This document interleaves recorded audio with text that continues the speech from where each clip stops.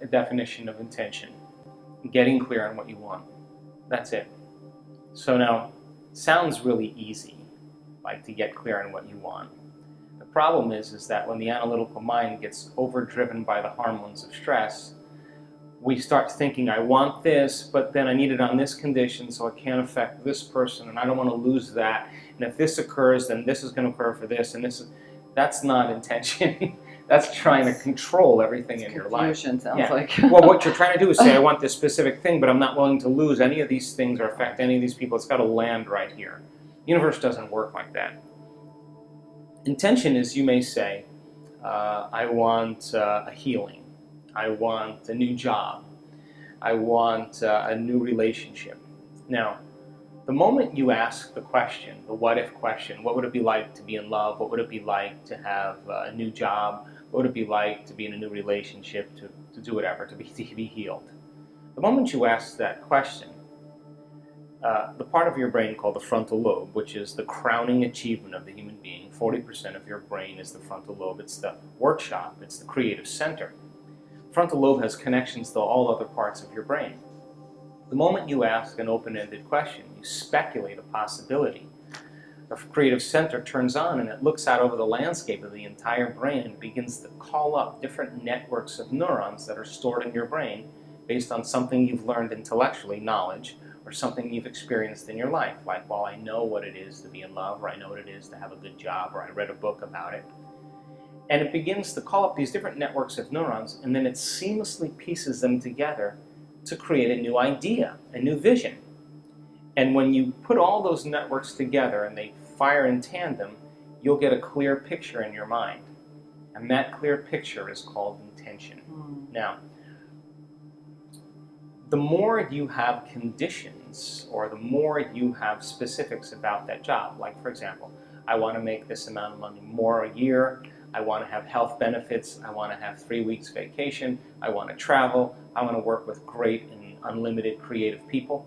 That all is the elements that help to add to that vision. Now, the picture you get in your mind could be the word job, or it could be just an image that's personal to you. But the image then represents all of those conditions. So you can have several conditions that make up your intention. But the intention typically is a symbol. Like, you may see a retreat center that you may want to start and you have a picture of it. But once you see that picture, the next thing that happens, you start to live that dream. The moment you start to take that dream and it turns into a living motion picture, now you're in that imaginary place. And what happens is, the moment it starts taking on form and it starts taking on time, you start to experience it and all the things you're going to do, you're actually living in that future, and your brain does not know the difference between the actual event that takes place in your life and what you're imagining in your mind. We call it mental rehearsal in my work, but you're literally rewiring yourself to the future. Now your brain is no longer a record of the past. It's now, in fact, a map to the future. Now, most people stop at this level, but there's another level. Because once you have that intention, and I watched you do this, what makes the intention have life is when you combine it with that emotion. Why? Because your body is your unconscious mind. It doesn't know the difference between an experience in your life that creates an emotion and an emotion that you're fabricating by thought alone. So your body now, as the unconscious mind, is living in that future in the present moment, and you're beginning to epigenetically change your cells in preparation for that event. So then, here's the condition, the caveat. That means then you can't wait for your healing to feel wholeness. You have to feel wholeness for your healing to occur. That means you can't wait for your new relationship to feel love. You have to feel love so your relationship finds you. It means you can't wait to have your new job to feel empowered. You have to be empowered by the thought of your new job. So we're switching the model around because most people wait for something outside of them to change how they feel inside of them. And when they feel better inside of them, they get relief and they say, I like you, you helped me with that. That's cause and effect. That's the old model of reality. What we're talking about here in the quantum model is causing an effect, which means then you are going to have to change how you think and how you feel before the experience occurs in order for the event to find you. So if someone is looking for love, they're not, instead of looking outside, they're going to think about who and what they want in a person that they can fall in love with. Exactly. And That's intention. Right. Okay. So those are the waves that they're putting out. That's the information that they're Exactly. putting out. Now, that information Right. has to have a carrier, which is they better feel love. I mean, if you're going to enter in a relationship with me and you want to be in love, but you're not bringing any love to the relationship, why would I want to love you? Right. You'd have to bring that. So, like, if your personality creates your personal reality, and your personality is made of how you think, how you act, and how you feel, the present personality who's listening to this show has created the present personal reality called their life. So if they wanted to create a new personal reality, a new life, they would have to start thinking about what they were thinking about and change it. Starting to become conscious of their unconscious habits and behaviors and modify them. Now here's the key. They have to look at the emotions that they've memorized that keep them anchored to the past and decide if those emotions belong in their future. So most people try to create a new personal reality as the same personality, and it doesn't work. In other words, a wealthy person doesn't feel lack. You can't bring lack into your future. You know, a sick person doesn't feel desperation. They feel wholeness. And so then, by re-identifying with the future, and then instead of your past-present reality, is very easy conversation to have. But actually doing it requires a tremendous amount of awareness.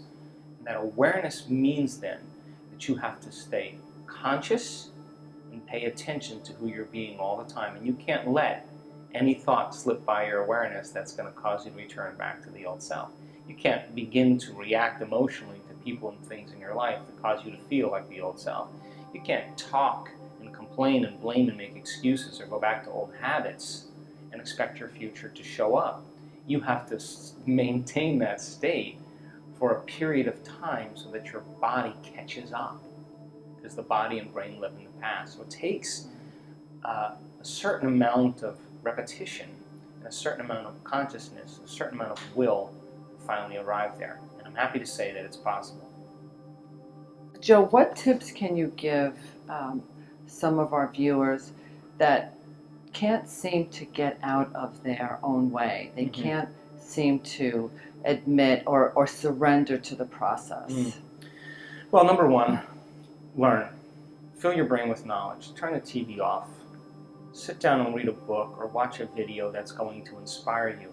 Knowledge is the precursor to experience. The more knowledge you have, the more prepared you are for the event. And when you start losing track of your vision, it's because more than likely you're emotional. Because the moment you feel emotional, you can't see the future because you're looking at your future through the lens of the past. Get up in the morning, get out of bed, and take time for your precious self. You and I are a work in progress. And if we are not changing our brain and body in some way, priming it for the future, we're going to be very predictable the rest of the day, and we're going to be in our past. Take time for yourself every morning and ask yourself a simple question.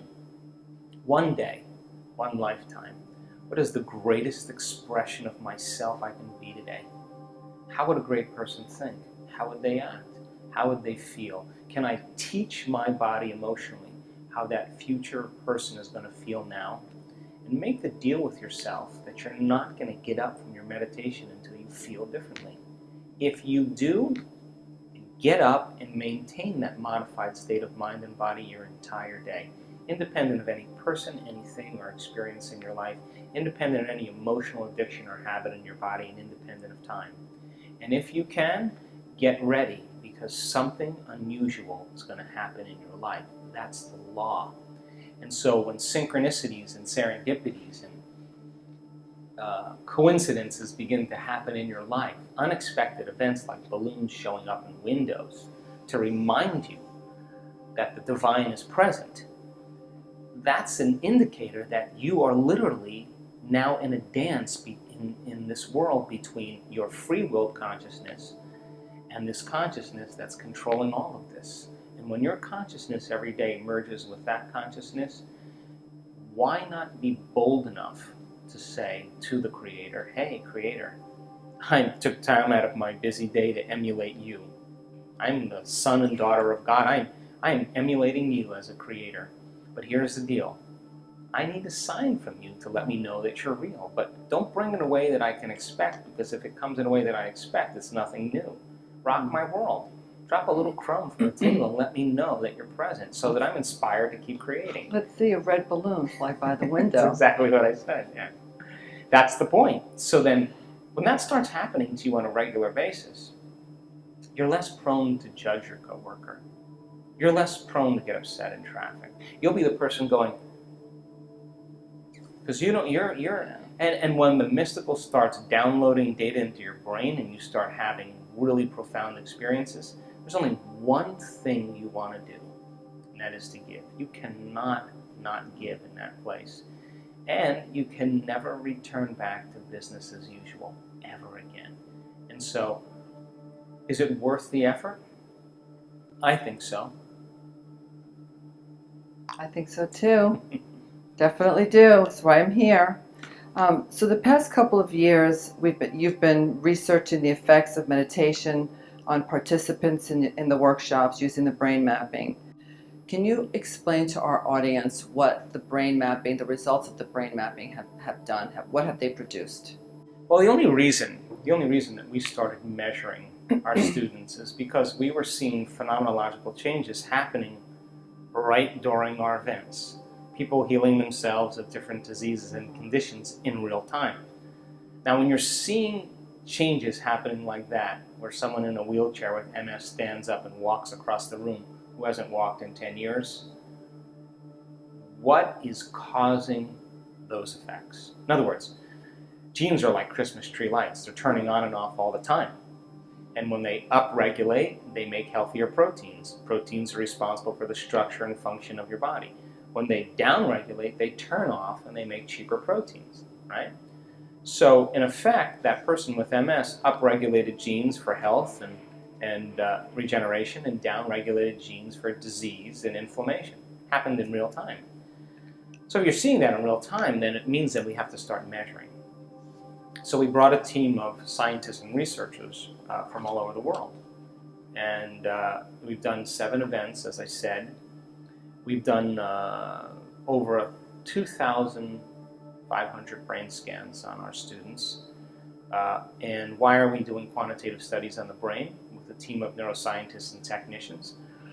Well, if we can get a group of people and measure their brains before an event, take them through 5 days of meditation, changing beliefs and perceptions, getting beyond themselves, changing their energy, the whole bit. And they have a healing from Parkinson's, or a healing from MS, or a healing from lupus. I want to know that it's not just in their mind. I want to know that it's in their brain. And then if we randomly select different people and we observe their brain during meditation, we should be able to then gather vital information about what's going on in their inner workings, and when they're there and when they're not. And if we can look for things like coherence, and if we can look for things like amplitudes and how fast they can go into a certain state and how long they can sustain that state, and we can measure what's going on and correlate it with their own experience, that's more information for me to teach transformation the next time. We've also, as I said, measured people's hearts. Why? Because we know that when the heart is coherent, the brain is coherent. And when the brain gets coherent, the heart gets coherent. And it's those 2 centers, where we have coherence in both centers, that we're at our best, because we start to experience wholeness. When you're whole, it's impossible to want. How could you want when you're whole? So we've also measured the energy of the room. Why? Because people are beginning to create coherent fields. The energy should be enhanced in the room. We've measured the energy around people's bodies. Why? Because if they are liberating themselves from those stress hormones and freeing themselves from the chains of those emotional addictions, they're going to go from particle to wave, from matter to energy, and they're going to release photons and release light, and we want to measure if they're doing that. We've measured the energy centers of their body, because that's how you program your autonomic nervous system. We've also measured epigenetic changes and changes in brain chemistry. And all of that information, I think in the last 3 years, I think we've made scientific history. As far as the brain goes, I was just in Phoenix before I got here with the team of neuroscientists and technicians. We looked at hundreds and hundreds and hundreds of brains. And we were moved to tears, actually, in a few cases, because we now know that when you're analyzing your life within some emotion that's bothering you, you will make your brain worse every time, because it's those very emotions that drive your brain further into higher and more aroused states. And since the emotion is a record of the past, the person's basically thinking in the past. They can't resolve the problem from the past. When they get beyond that emotion, that's when they begin to see the answer that they've been looking for themselves. We know that. We also know that when people are living with their attention on things and objects and people, and they're living by the hormones of stress, and they're obsessing about time and obsessing about their bodies, that they have very little effects or changes in their brain. We also know that when a person gets to the place where there are no body, no one, no thing, no where, and no time, that's the moment they literally are pure consciousness. Now, consciousness is what changes the brain. The brain never changes the brain. The program never changes the program. The personality never changes the personality. The ego never changes the ego. Matter never changes matter. It's only when a person becomes pure consciousness that consciousness with that energy is the epiphenomenon of matter. And so when people reach this elegant state where they disconnect from their body, that's when they can heal their body. When they forget about their life, that's when they can change their life. When they forget about that they're a woman or a wife or a grandmother or an attorney or a lawyer or a father or heterosexual or homosexual or vegetarian or a social security number or a name, a face, when they get beyond all of their elements that they identify with, that's the moment where they can begin to change their life or create some new time. And in fact, we've seen this enough times that I can say that you and I are at our absolute best when we get beyond ourselves. I don't know how else to say that. So, in the last 2 years, we've seen our students able to change their brain waves and move into a meditative state in 2 seconds, in 4 seconds, in 5 seconds, in 9 seconds, in 12 seconds, in 20 seconds, in 30 seconds. Most people, it takes them a couple minutes to get there. Our students have developed the skill to get beyond their analytical mind. We've also captured amplitudes of energy in the brain that you will never see in a clinical setting or never see in the history of neuroscience. Not once, not twice, not 3 times, over and over again. Now, what do I mean by that? If you see a brainwave strip chart and you see little waves like this and you have the electrodes all over the brain, and you see like beta brain waves and you see alpha brain waves, the brain's slowing down, you see theta, the person's in twilight state, and when they're in delta, they're asleep, and then every now and then you see gamma, which is super consciousness. You see those waves kind of wiggle in a small amplitude. Over and over again, we see students who are looking at their brainwaves. If you picture grabbing a handful of Crayola crayons and then just going like this and up and down over the entire strip chart where you can't even see the waves, it just looks like a bunch of colors. There's no way for us to measure what's going on in their brain, so we've created another way to measure the effects. And so most people's brains, when they fire little networks of neurons, the energy in their brain is somewhere between 10 to 60 microvolts of energy squared. So 10 to 60 is normal. We're capturing 650,000 microvolts of energy, 1 million microvolts of energy, Really? 2.5 million microvolts of Wow. energy, 4 million microvolts of energy. And what that means then is that the person is having a full-on sensory experience without their senses.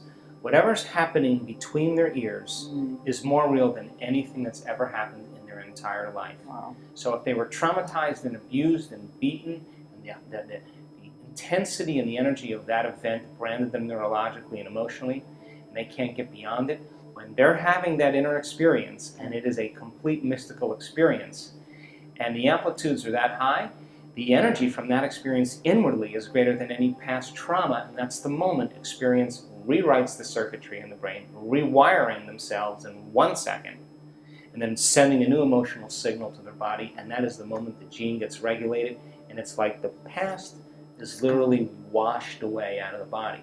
Now, we've seen that now probably in 25, 30 cases now, where the amplitudes are extremely high. Now think about this.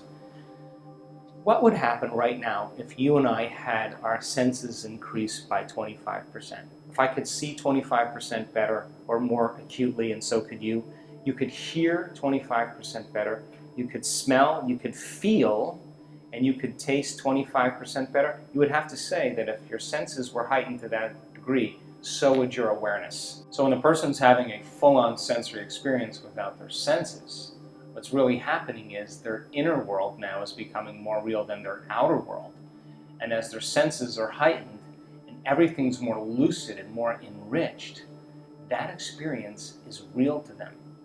And that's the moment then that consciousness begins to leave very profound footprints biologically.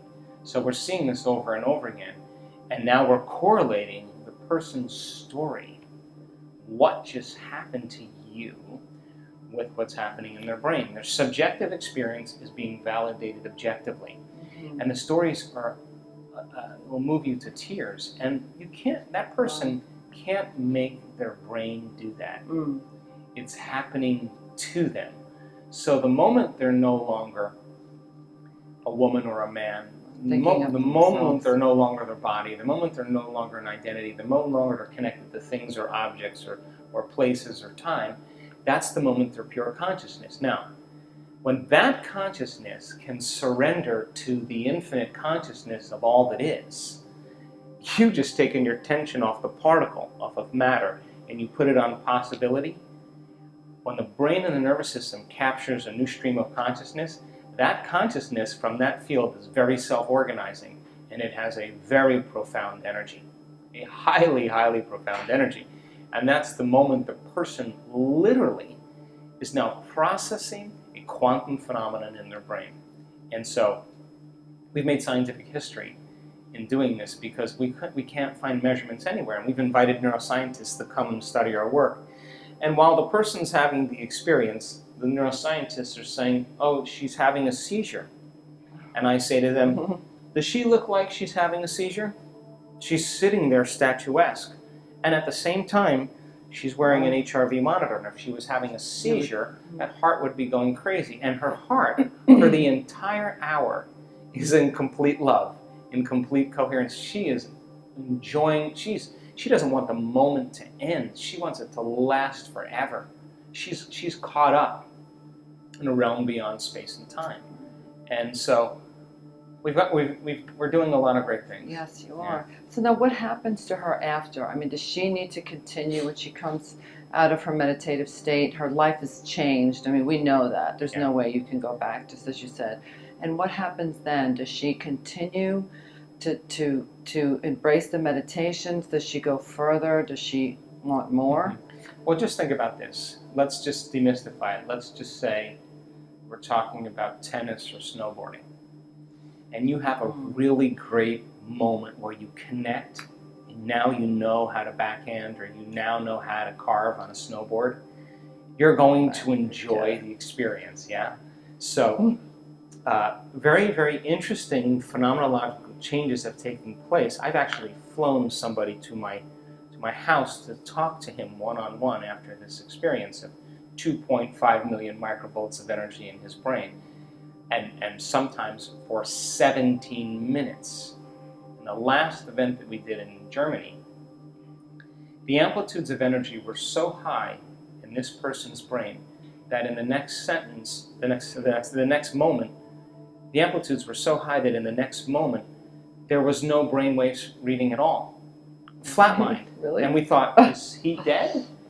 But what happened was the machine wasn't built to calibrate that amount of energy. So then it kind of picked up again, and then 10 minutes later, flat lines again after these high amplitudes. And we're sitting there with the hugest smile on our face because we were going, wow. So what's the relevance of that? Our spectrum of reality, perception-wise, is less than 1%. Now this is not spiritual mumbo jumbo. The light spectrum of all light, X-rays, gamma rays, infrared rays, ultraviolet rays, visible light rays. We're looking at the spectrum of ultraviolet. Look on a spectrum of physics, and you'll see a visible light spectrum this big, and then there's a huge spectrum. This is what we're seeing visible light-wise, this much. But there's information that's way beyond our senses. So then when you have a full-on sensory experience like that, that is very transcendent, very interdimensional, very abstract, you'd have to agree then, your brain could only perceive what it's wired to perceive. So now the person has a very transcendent experience, and their perception of reality, that spectrum, is broadened. Now they're seeing what other people don't see, because now it's wired in their brain and they can see it. So the stories that have taken place as a result of that, people have really had some pretty amazing moments in their waking day, because now their brain is wired to perceive reality differently. And they're rewired. Oh no, they're definitely rewired. Definitely rewired. In a matter of an instant. So like, here's a great example. So you come home and you see as a kid, you see your dog run over by a car, right? Traumatic event, yeah? The amplitude of that trauma brands circuits in your brain neurologically, and that's called a long-term memory, right? The emotion that you felt of grief and pain when you saw your puppy dead was enough for you to remember that experience and the emotion of how much you loved your dog. But when you have the divine move through you, and it's a profoundly mystical moment, and the amplitudes are thousands of times more than your experience of being run over, seeing your dog run over, you would have to admit then that you're going to be rewired. Those neurons are going to string into place in an instant, and they are going to be circuits then that begin to cause you to think neurologically within that new network of neurons and feel chemically within the new experience. And if how you think and how you feel creates a state of being, you just changed your state of being. Right. Yeah. Big time. Big time.